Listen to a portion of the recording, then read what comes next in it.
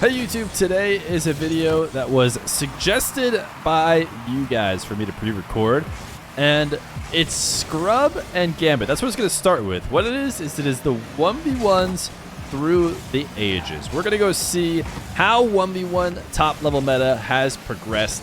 So I went and grabbed a few replays from notable games.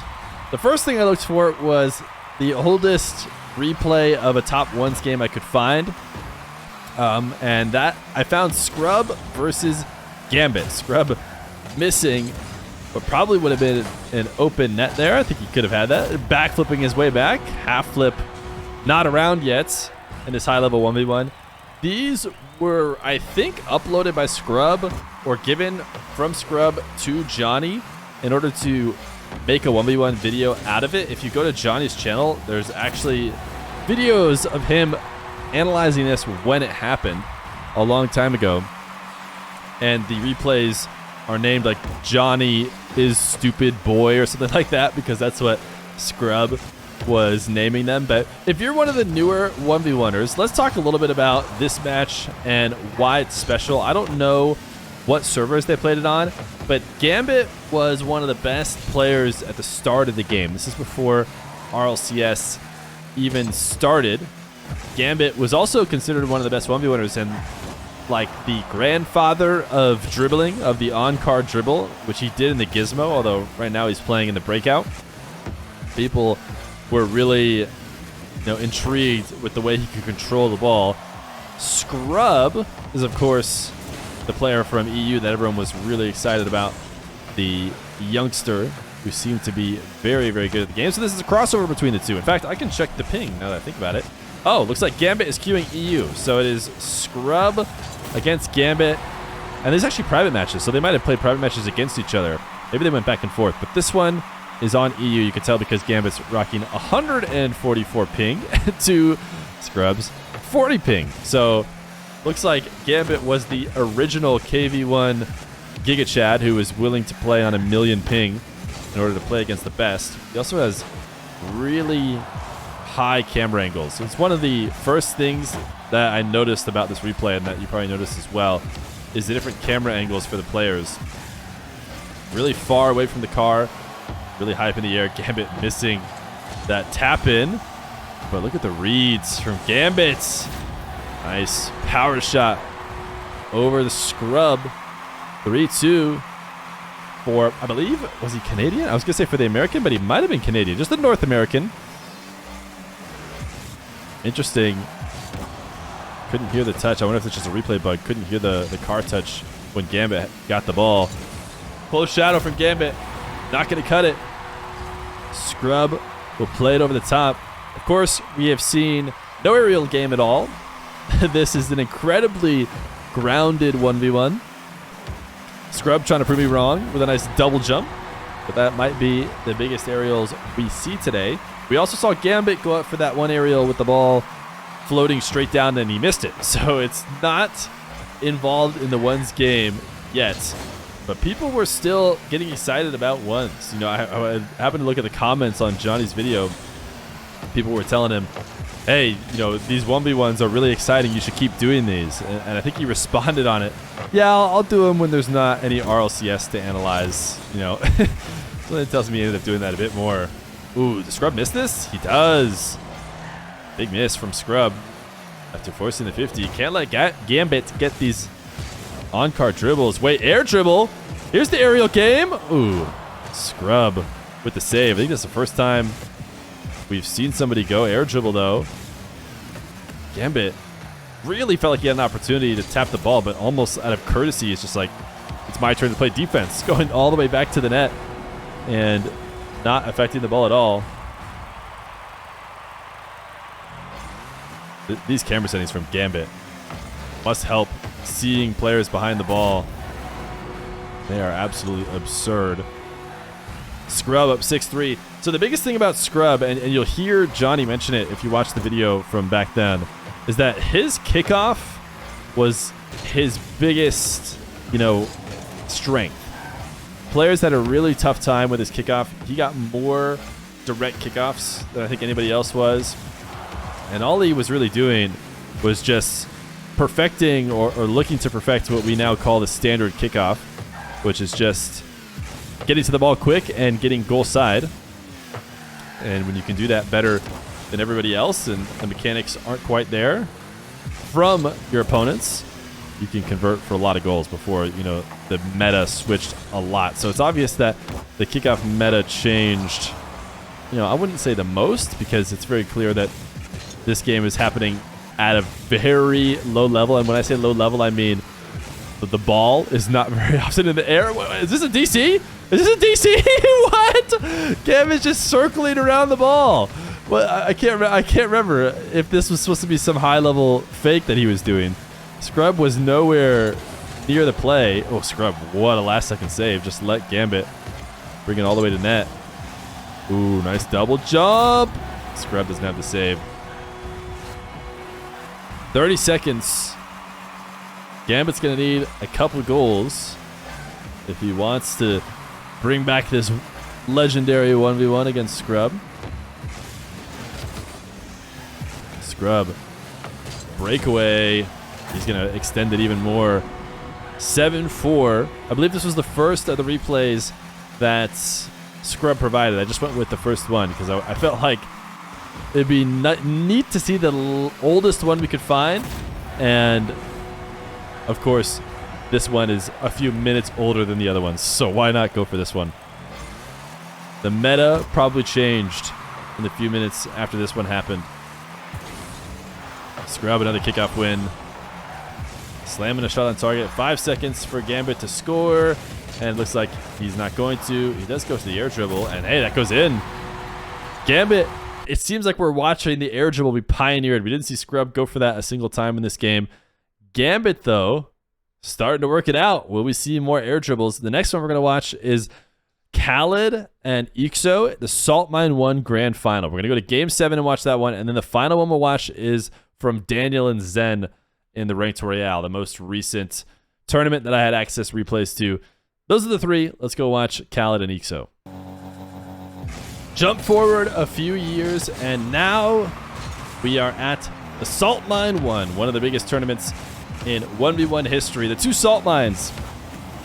From what I can tell, the aura around the salt mines were just at a level that has been unmatched. Fusion was kind of there as well. Salt Mine 1, Salt Mine 2, and Fusion just had the kind of community attention that not a lot of ones tournaments have had since then. And, you know, that includes my tournaments, Johnny's tournaments, everybody's. Salt Mine was just different. And you could tell that already there's been a ton of improvement. So that original replay was probably somewhere around 2015. Now we are watching a game from 2019, and then the final one will be from 2023. So about 4 or so years in between the 3 different replays that we're going to watch. And it's already absurd how much improvement there has been. I think you'd expect there to be a ton of improvement in the early years, like the first 4 years, because, you know, so far a minute in, and this game from Salt Mine 1 could still be a match from today. You know, nothing has really shown itself as an obvious place of improvement for these games. Ixo has a demo and does get the slot bottom left. Khalid probably needed to react a bit quicker as he respawned. But we'll see if these guys incorporate the aerial game much. I know that Khalid, for the longest time, you know, his bounce dribbles and his ground game was so good, he didn't need to. And while I don't think a ton of his opponents were playing the air dribbles like people do now, we're interested to see if Ixo does. It's been a long time since I remember watching Ixo. He is still a top ones player. He can still hang. There's the bounce dribble hook shot from Khalid that he's so good at. Lots of different variations for it. And right now, the entirety of Salt Mine on the line, which is why we're at Champions Field.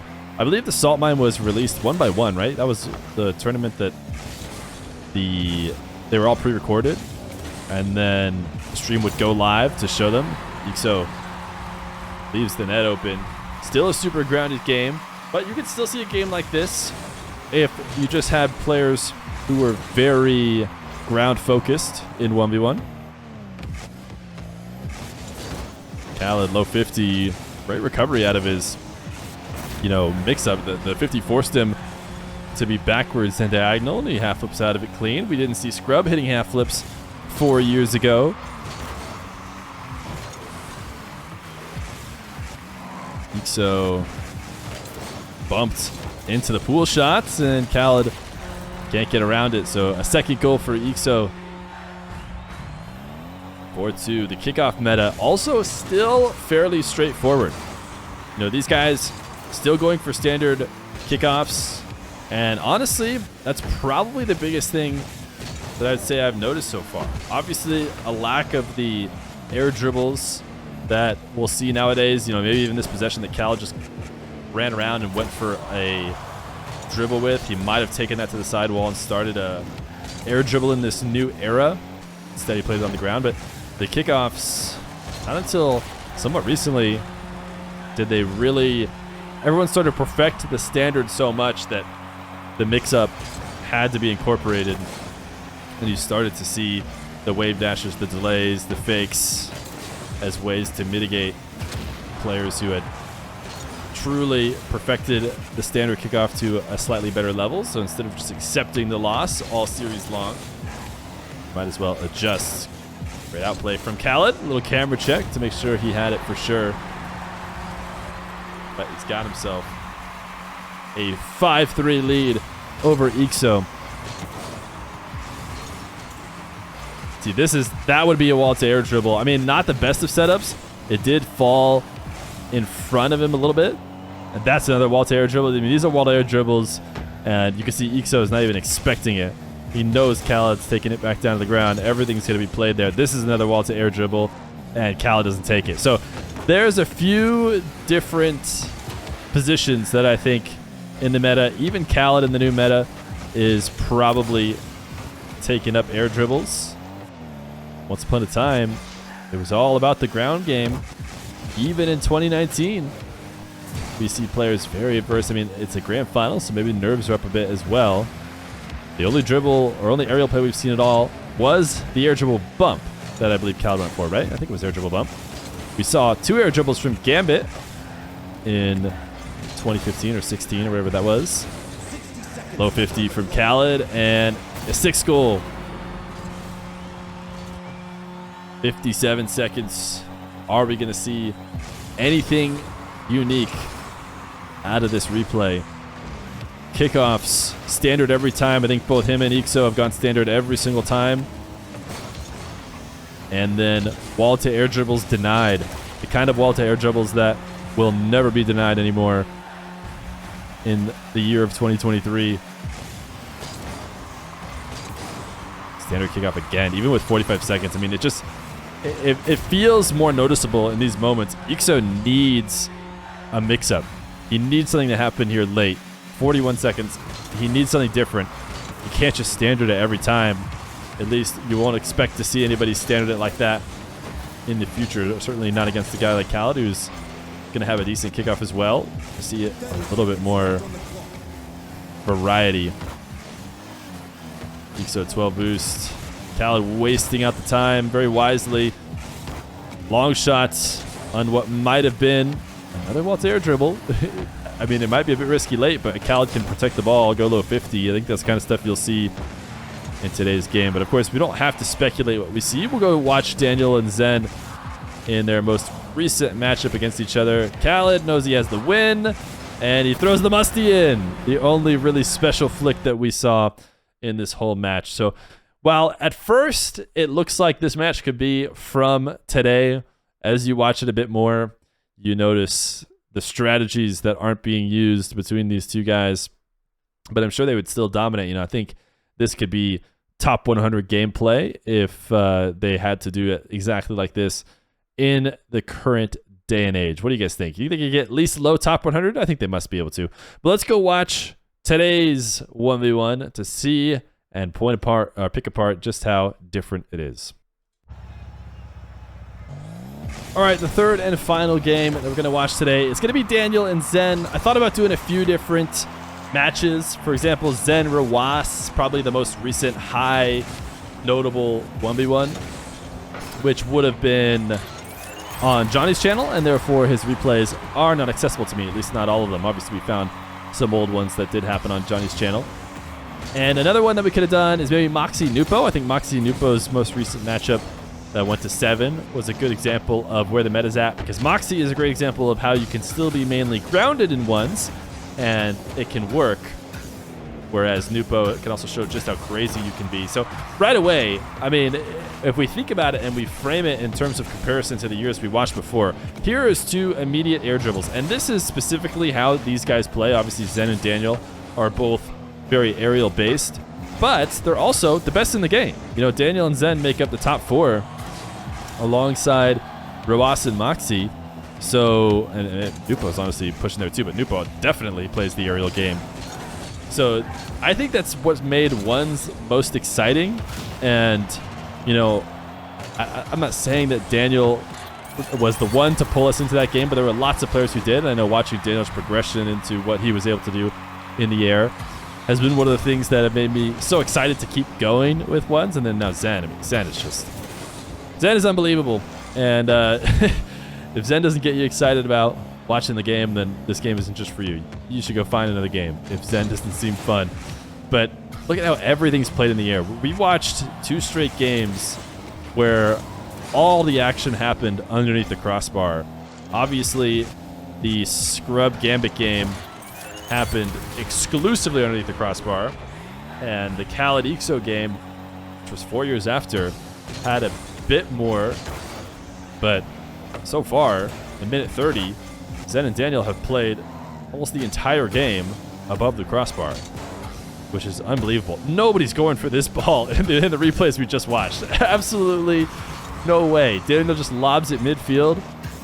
Every other replay we saw was people backing down, Daniel trying to dribble of his own, and then Zen right back into another dribble. I mean, I guess, I'll be honest, I didn't realize just how much different it is. Here I am thinking that previous replay, you know, could masquerade as a replay from this year, but never mind.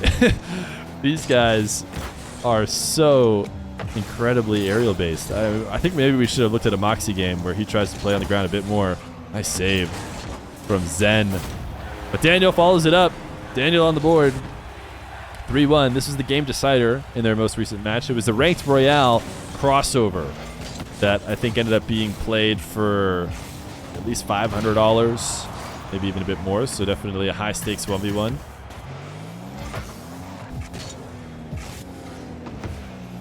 Daniel, the first to attack on the ground, similar to how we saw in the other replays. Zen pre-jumping. Not going to sit and waits. Oh, what a shot. We also didn't see any resetting and really any advanced flicks. You know, we saw a lot of bounce dribble. It was a lot of bounce dribble, power shot kind of stuff from Salt Mine 1 in the past. And the flick game has advanced so much, as well as obviously the aerial game. Not just the resets, but I think one of the reasons why the aerial game became so much more used was the reset.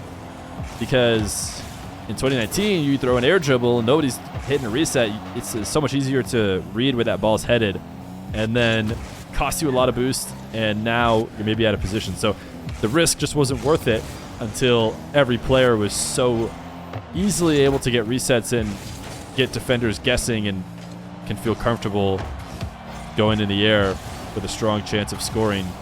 Daniel thought he was getting a stronger touch on that. Nobody was on the ceiling. Nobody was on the ceiling in the previous games. Not a single time. And Zen and Daniel trying to live up there.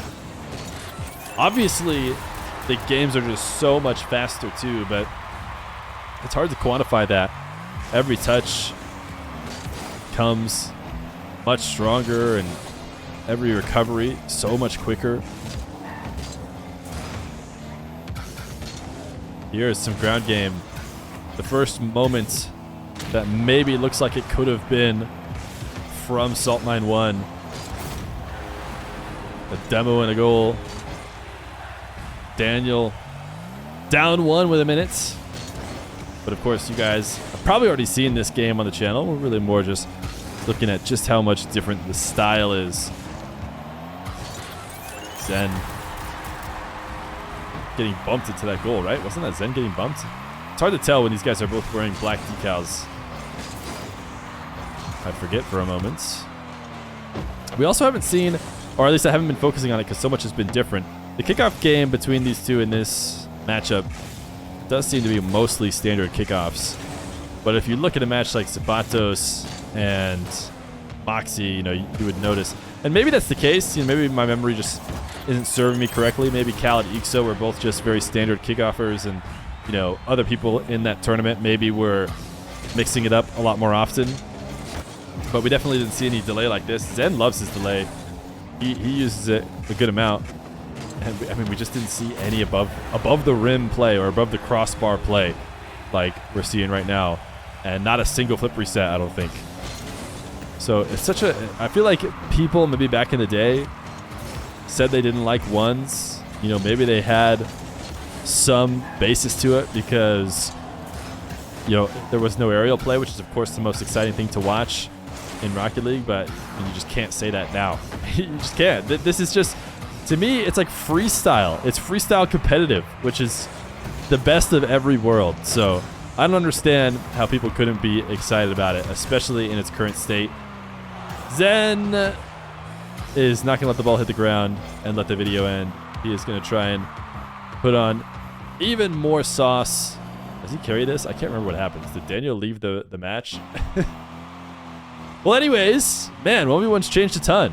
It's crazy how, you know, until you really focus on the differences, that 2019 game was like, yeah, this is high-level play. Maybe because I watched it at that time and I knew it was high-level play when I watched it, and just, but it wouldn't compare. It wouldn't compare to what these guys just did in this recent replay, and this is just one of many replays on how these guys play nowadays.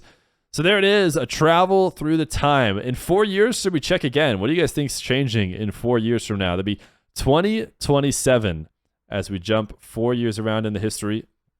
You think there's going to be something even crazier? Are we going to be pinching the ball across the map? Moxie's already starting to hit wall pinches pretty consistently.